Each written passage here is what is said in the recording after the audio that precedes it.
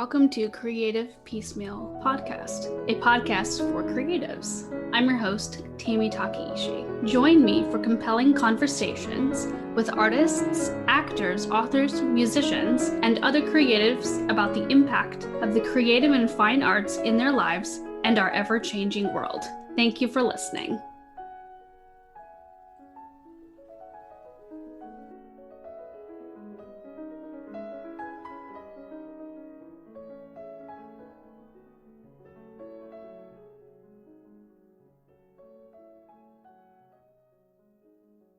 Hello and welcome to Creative Piecemeal. This is Tammy Takeishi. Today I am joined by a dynamic duo, Emily Golden and Rachel May of GoldenMay Editing.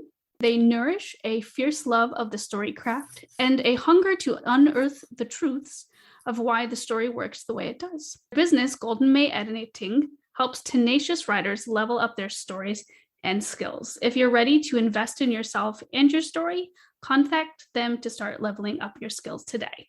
And I'll have all of their information in the show notes. Welcome to the show, ladies. Thank you. Hi, everybody. Thanks for having us. We're excited to be here.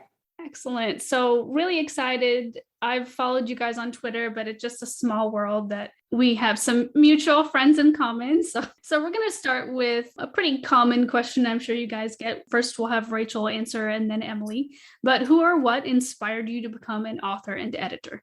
Growing up, my brother was always a huge reader and I wasn't. I did not really find stories that I loved until about middle grade. And I read a middle grade fantasy. And at that point, just my entire world, I feel like changed. I felt so drawn into the story and just I could picture the world. And what changed for me in that moment was that I wanted to make people feel that way.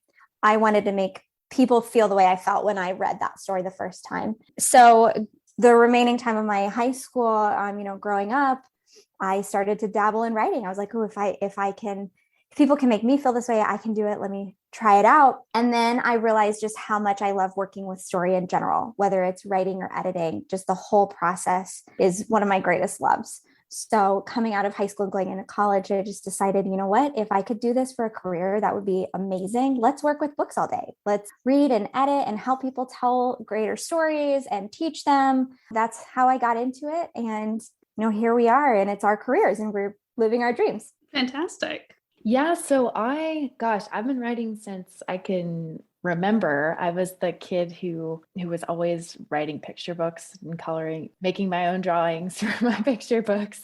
And then in first grade, I actually submit to a contest. My first grade teacher helped me submit a book to a contest, but I'm pretty sure I was disqualified because it was essentially just my version of Little House on the Prairie. But she was very nice about it. So yeah, I've been writing. I wrote all through middle school and high school. And then when I got into college, I stopped writing. I got really into environmental activism and political stuff. And so I did that out of high school for a while, but then a few years ago, too many years ago, when things started to get a little bit crazy in the States, I turned to writing as sort of a way to process the world without having to directly think about it, if that makes sense. And then, in that process, met Rachel, and she was also writing, met some other writers, and just realized how important stories are for the world. Like stories are what move us and change us and push us along. Yeah. So that's what inspired me and Rachel to start helping other people bring their messages and stories and voices into the world. Wonderful. And even though it's mentioned a little bit in the bio, would you like to tell listeners a little bit more about your business? So our business, GoldenMay Editing, our goal is really to teach writers how to write good stories. So we want to help them level up their stories, level up their skills. And through our coaching, we work with them one-on-one to do that, to teach them, take them from story idea, very fresh baby outline, going all the way from beginning to end through revisions, kind of have our hands on all different parts of the process. We have a couple different resources as well, but everything that we do is geared towards teaching writers story craft, teaching them how to improve their stories, understand story better, Because exactly like what Emily said, we believe stories change the world, and we believe everybody's stories matter. And we want help. We want to help writers tell their stories because they can change the world and they can make a real difference. Yeah. And I'll just add, we have the one-on-one programs that Rachel was talking about. We have outlining, revision, and drafting programs. We have our Tenacious Writers Society, which is a community of writers who are dedicated to leveling up their craft skills together with monthly master classes and a fun, nerdy Slack group. And then we have our course From Story Idea to Cohesive Outline as well, which is an online evergreen course that teaches most of the stuff that we work with our one-on-one clients on. So we have lots of different stuff out there.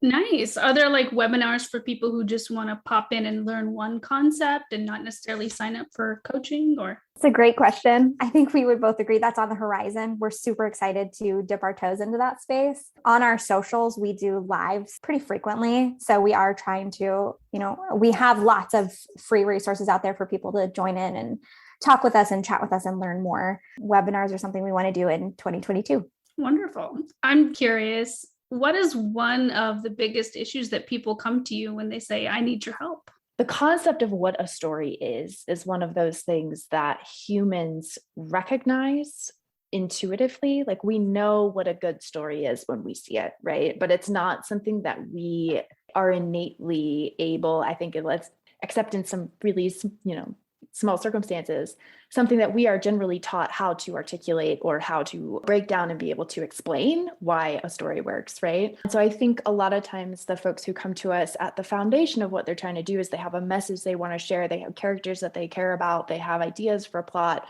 but how to put all of that together in an arc of a story that makes sense, I think is one of the biggest things that we teach. We really walk people through, like, what is an arc of change in human lives and how does that translate to the shape of a story? The folks that work with us, I think that's probably the number one thing that they come to us not understanding and leave really have a solid grasp of. It sounds like you really set writers up for so much success. So I wish you the best in all the future endeavors too, in addition to everything that you guys have going on. Awesome. Thank you. Yeah. What is one of your favorite things about having your career and doing your editing and book coaching? I'm going to answer that with a two-parter. So I'm a new mom. So on the personal end, like, I just love how I have so much freedom with the work that we do to be present with my daughter, and we are able to work from home. So we have so much flexibility. So that's, a huge convenience and a huge benefit. On the other end, from a client side of things, my favorite thing working with clients is just brainstorming with them and seeing things just start to click. We do weekly phone calls with our clients, and we ask our clients to do weekly assignments, and then we give feedback and we chat and we discuss and we brainstorm and we solve problems. And this whole ideation process of working through a story, solving issues, putting things together, creating that shape that Emily was talking about, that's my favorite part. So when I see things click for writers and when I see their skills improve and brainstorm with them, it's all my favorite. Oh, lovely. Yeah. And brainstorming can be so much fun because you can start with idea A and then suddenly it becomes completely different. Exactly. Yes. It's almost magical to see that transformation, right? It totally is. And because one of the big benefits of working in a one-on-one coaching relationship is that you really build off one another. So a writer, I might present an idea, that writer takes it to the next level. Then I provide like another spin, and then they go to a whole nother level. And it just is such a wonderful back and forth dialogue. And two brains put together on a story are usually better than one. We believe that it's impossible to write a great book alone. And so when you work with someone who can help elevate your story, like, you get some really like golden stuff that comes out of that. Some awesome ideas. Excellent. Yeah. And Emily? I totally agree with everything that Rachel said. I think the flexibility is amazing. I love the relationships on the one-on-one. I think my favorite part is watching my clients' skills improve so exponentially. Like, once things start to click and then their writing just skyrockets in terms of, its quality and how they're getting the emotion across on the page. I just love like getting that nugget in my inbox the next week and just seeing how much further they've taken it. It's just so exciting to me. Wonderful. And on the idea of writing advice and helping people, what is a piece of writing advice that you ignore and one that you follow? And we'll start with Emily. I think my two pieces of advice that I always give people are like, follow your gut, listen to your instinct. Like if you think that something is right, even if you're not quite sure why, you're probably on the right track. And if you think it's not working, then there's a reason for that. There's a reason for that gut feeling. And then always ask why. Why is this character doing this thing? Why are you putting something in the story? Why is something happening? Like I'm always asking why. Why is a character making a choice? And that's, as a coach, that's primarily what I do, is ask why over and over and over again. And so I think it's a helpful tool if writers get stuck. And then the piece of, I don't know if this is writing advice, but the thing that bothers me the most is when people try to claim that writing is a thing, like writing well is a skill that you either just like have in your genetics, it's a thing you can do, or it's not. I just hate how that implies that it doesn't matter how hard you try, you're either a genius or you're not. And I think that is a piece of advice that gets thrown out a lot in workshops and from primarily older authors who, feel a little bit protective about their industry and stuff. And I think that that's where that's coming from. But I've seen so many people believe it, and it's just not true. We are storytellers. Humans are storytellers. And like, you can write a good book if you want to, if you're tenacious enough. Mm-hmm. Yes. Tenacity really has a lot to do with it, and perseverance and just getting your tush in the chair. Yeah, absolutely. Yeah. How about yourself, Rachel? I completely agree with everything that Emily just said, especially like asking why. I think my writers who have gotten to that space where they are in that mindset of asking why as they're drafting, just that's where their skills really start to take off. But I think my favorite piece of writing advice, and I talk about this a lot on social media, is this idea that as you're drafting or as you're doing any piece of your writing practice, only stop when you know what's coming next. And I think a lot of writers will write until they're kind of petered out and then they have words left. And then they're like, okay, that was an awesome writing session. Let me stop. But then the next day when they come to the page, they're just out. Like they don't have any ideas left. They've used them all up. And not that having these intense writing sessions is bad, but that you should always kind of stop while you're ahead, because it allows you to come to the page with the next day with ideas and inspiration and the trajectory that you want to go down. That transformed my personal writing life. That's how I was able to finish a couple drafts and really get some solid work done, is this idea of just stopping when I know and when I have a good idea. And if I'm not sure what next, just push until I get there. And then the piece of writing advice that I typically ignore is that you have to write every day. That doesn't work for me. After I've had my pregnancy I was exhausted. And then having a new baby, you're exhausted. I felt so much writing guilt of not writing every day. And then it like compounded the longer that I was to write every day. And so I've done a lot of work in the last couple of months of just letting that go and trying to find like writing practice that's sustainable for me, that works for me. And then the advice of don't stop until you know what's happening next. I've been able to make some real progress. So I think a lot of people, it doesn't fit their schedule. And I hate to see writers feel like failure because they're not able to write every day. I would agree. I mean, I used to be at a point where I could write every day, just given what I was doing in my schedule. And then I got busier and I don't write every day. And that's okay, because when you're not writing, you're soaking in ideas from living your life, from being with family, from talking about books with friends on coffee dates and things like that. So it may not be direct writing, but it certainly influences writing. Absolutely. I think Emily and I talk a lot about all of the different things that writing is not just typing words on your computer. Writing is the whole gamut of researching and thinking and creative and discussing and drinking your coffee and absorbing the world. Like there's a lot of creativity out there to absorb and to funnel into practice. Definitely. And I think it really makes for richer storytelling when you get out of your bubble and you embrace life and bring that to your work. I completely agree with you. So this one's always a tough question. Who are some of your favorite authors? Oh, gosh. I'm looking at my bookshelf right next to me. I think one of my favorite authors that was really formative to who I was growing up was Tammy Pierce. Quartet. All of hers are just amazing. So she's one of my favorite. The Hunger Games trilogy is a classic. I just recently reread it and was like, oh, this is so great. Tamara Pierce is the first one that comes to mind for me.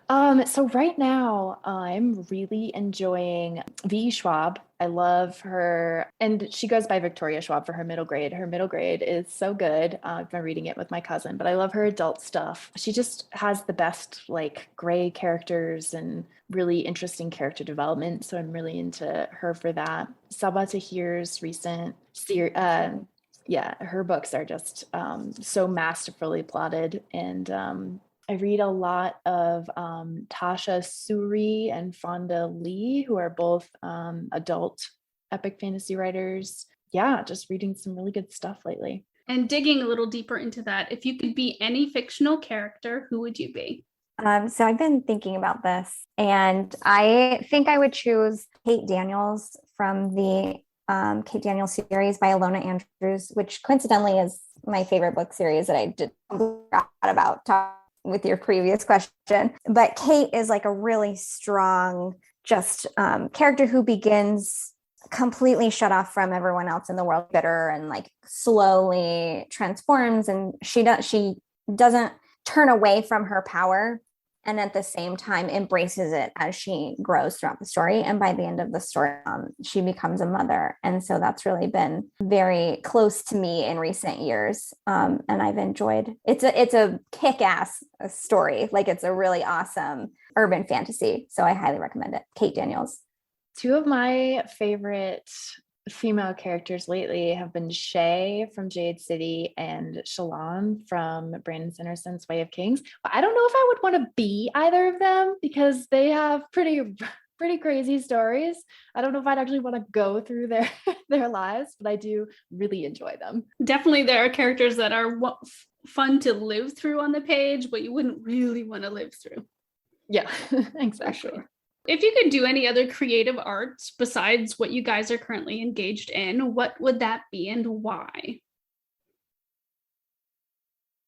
I would love to act more. I used to act a lot, sort of in between my writing phases of life, which I think is one of the reasons I didn't write quite as much in high school and early college, was because I was acting, and acting takes up a lot of time, but it still takes up a lot of time. And now I'm an adult human with jobs and things like that. And it's just hard to fit plays, into life because of how time intensive they are and taking you out of the house. But I would love to do more of it. Nice. How about yourself, Rachel? I would love to be a musician. I play and I took violin lessons, and I play music has always been a really huge part of my life. So I would have loved specifically a concert pianist, but yeah, I love the piano so much. And I have an upright right now, and I play it for my daughter, and she loves to smack the keys, and I can't wait until I can actually teach her something like of substance. Oh, that's cute. Yeah. And speaking of music, if we could sneak a peek at your music collections, what are some things we'd find, and do they influence your work? That's a good question. Well, lately, just for fun pump up music, I've been listening to, I'm working, I've been listening to a lot of the new Taylor Swift stuff, the new Adele stuff, and the new Ed Sheeran. I won't lie. I'm loving all of their new albums. It seems like there's a lot of great albums coming out this fall. So I can't complain about it. When I'm writing and editing, I can't have singing in it. It needs to just be instrumental. So I have a lot of like random Spotify playlists that I play when I'm working on anything that involves, actually writing or critiquing writing. Nice. And Rachel? I'm the same way with writing. So I really love anime soundtracks when I'm writing, but as far as just music taste in general, I feel like I could go anywhere from 80s rock. I have a ton of 80s rock that I just love listening to, grew up with that. My husband is super into hip hop, so I'm like very close with that, and I feel like I just go all over the place. I love EDM too, so I feel like I listen to a lot of things. But right now, my favorite song, if this helps at all, I don't know if you'll know it, it's called Mayday by the Fat Rat. That's an EDM song, and I really enjoy that. Rachel's super hip, and we're all going to have to go Google that now. Oh my gosh, please do. It's wonderful. It's called Mayday featuring Laura Brown by the Fat Rat. You'll enjoy it. There you go. Definitely unforgettable when they have names like Fat Rat. I know, yeah. I like to listen to those playlists on YouTube where you can just like start a song that you like and then it will autofill like anything that's similar. So I have a lot of those going on. Nice. Very eclectic on Yes. both ends for you guys. Not on mine. I feel like you fill in the blanks of like what I don't listen to. I have like maybe I just listen to that kind of pop music during the day because it's like upbeat and I don't have to think too hard about it. Hey, I've got nothing against some T Swift. It's pretty good. A bit of a left turn here. How has your life in the creative arts been different than you imagined?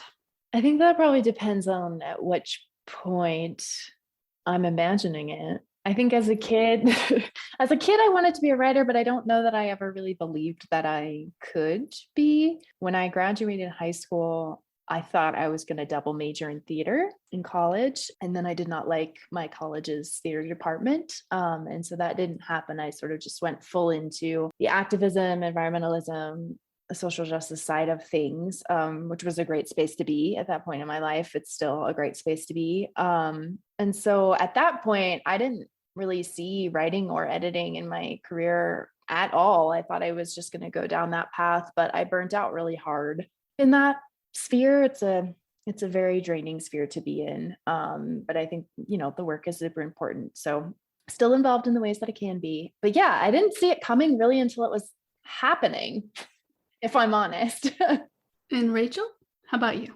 So I started school in pre-med. I wanted to be a doctor. Very quickly, I realized that I maybe wanted that I had a love of reading books and I had maybe a aspirational dream of maybe it would be cool to be a doctor.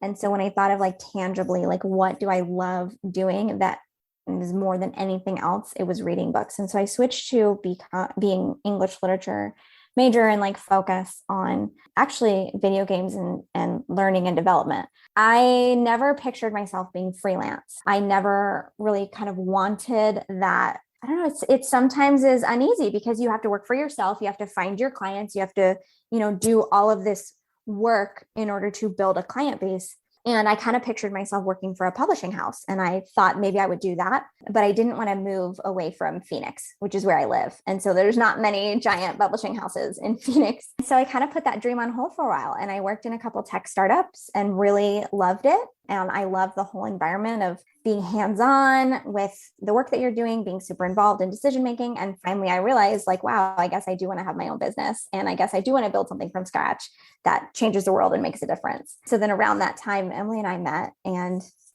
here we are. And I'm doing exactly what I feared to do years and years ago when I switched to become an English literature major and really pursue reading and writing. I was the same way as Emily, where I don't know if I ever believed that I'd be able to write full time.